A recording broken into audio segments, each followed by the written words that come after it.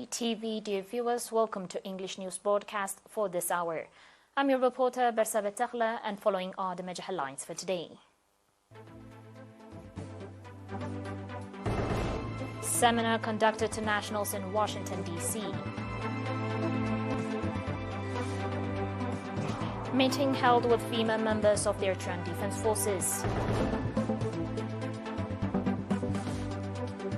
Authorities battle flames destroying forest cover in Morocco. And Mount Etna in Italy illuminated a breathtaking display of eruptions. On your local reports, senior Eritrean delegation composed of Ambassador Mahmoud Ali Houri, Governor of Kashbarka Region, Ambassador Abdullah Musa, Governor of Ansaba Region, and Ms. Asmeret Abraha, Governor of the Northern Red Sea Region, conducted seminar to nationals in Washington, D.C. and its environs on the objective situation in the homeland. Mr. Berhane Gebrahewet, charged d'affaires at the Eritrean Embassy, said that the seminar was in continuation of the gathering and festival in Seattle and commended the interest the nationals demonstrated to participate in the seminar aimed at strengthening the bond of nationals with their homeland. Noting that Eritrea has emerged victorious from the long years of external hostilities and ensured its national sovereignty, Ambassador Mohammed Ali Houri gave detailed briefing on the short and long-term development programs in terms of opportunities and challenges. Ambassador Mahmoud also gave detailed briefing on Eritrea's role in ensuring peace, stability and cooperation among peoples in the region.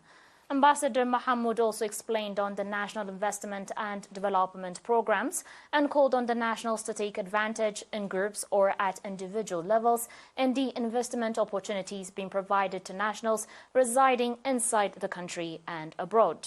The delegation also gave proper answer to questions raised by the participants of the seminar.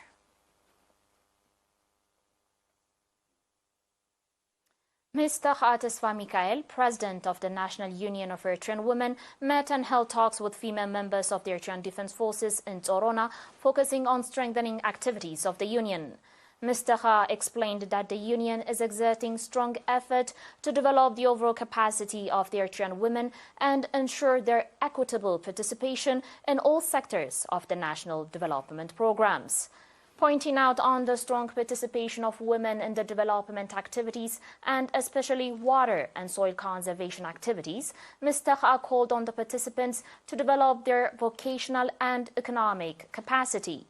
Mr. Ha also called for taking advantage of the training opportunities being provided, especially for women, and to equip themselves with the necessary knowledge and skill.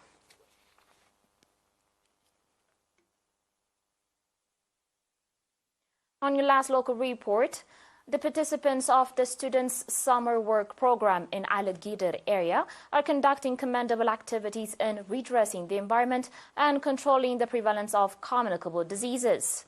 According to Mr. Mohammed Jume Mohammed Ali, director of Al-Gider Secondary School, the students are conducting water and soil conservation and clearing mosquito breeding areas. Ms. Akhbarat Yosef, managing director in the Al-Gider administrative area, on her part said that the students have renovated over 1 kilometer dirt road in the area. Ms. Tgereda Zemikael, representative of the National Union of Eritrean Women in the administrative area, also commended the strong participation of the students in general and that of female participants in particular for their strong participation in the program. Al-Gider administrative area is located about 9 kilometers west of Tasseni town.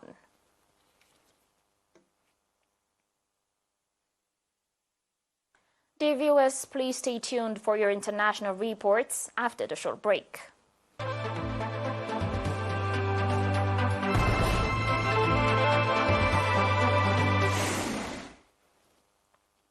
Welcome back. Firefighters and emergency crew are responding to a wildfire in the outskirts of Tenyer that broke out late on Thursday, 10 August, in the Rimelat Forest, Morocco. The blaze spread towards homes in the northwest of Tenyer on Friday, 11 August. Canadair CL-415 planes are being used to put out the fires. A number of firefighting personnel, auxiliary forces, and the authorities' agents were also called upon in the field. Volunteers are also trying to help experts deployed. The Rimelat forest covers about 300 hectares, and the fire broke out 3 days ago, affecting between 20 and 25 hectares, according to further reports. Morocco's Center for Water and Forestry has identified an extreme risk or red level of forest fires in several Moroccan provinces, and high orange level and medium yellow level risks for other regions. The North African kingdom recently allocated $22 million for forest fire prevention and control measures. On today's final report, Mount Etna, the most active volcano in Europe, illuminated the night sky yesterday with a breathtaking display of eruptions. Following increased activity, Italy's National Civil Protection Agency issued an official statement saying Etna entered a pre-alert phase, indicating a transition from level F0 to F1. This elevation in the alert level signifies a high likelihood of imminent lava fountaining. Perched above the Sicilian town of Catania, Mount Etna frequently erupts, yet its outbursts seldom result in significant damage. Mount Etna is believed to have the longest documented history of eruptions among all volcanoes, with records dating back to as early as 425 before Christ.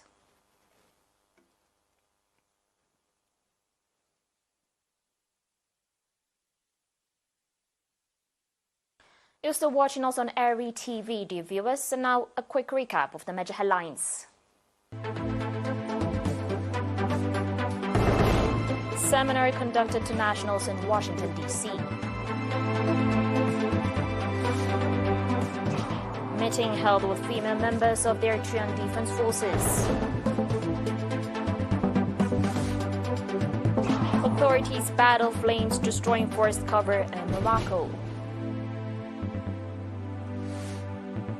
And Mount Etna in Italy illuminated a breathtaking display of eruptions.